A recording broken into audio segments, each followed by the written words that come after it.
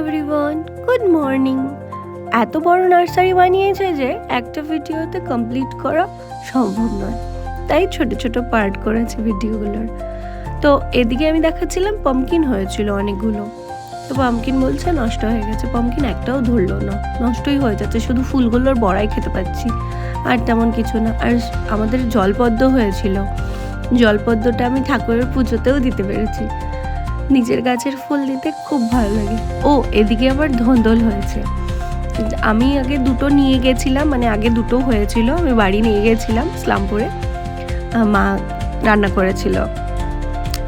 এইদিকে আবার বলছে অনেক চন্দ্রমল্লিকা গাছ হয়েছে, অনেকগুলো হয়েছে। তবে এগুলো না হনুমান ঠিকঠাক করে রাখে না, এই হনুমানের অত্যাচারে কিচ্ছু রাখা যায় না, সব ডাল ভেঙে নিয়ে যায়। তাই বলছিলাম লঙ্কা, বেশিরভাগ হনুমান লঙ্কা গাছ খায়।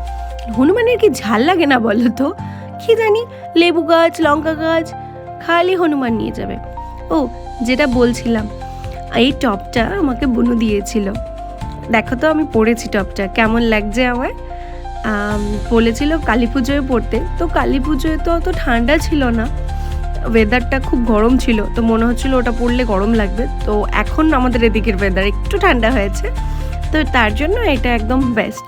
তো আমার কাছে তো বেশ ভালো লাগছে, তোমাদের কাছে কেমন লাগছে অবশ্যই জানিও। চলো, তোমরা সবাই খুব ভালো থেকো, বাই।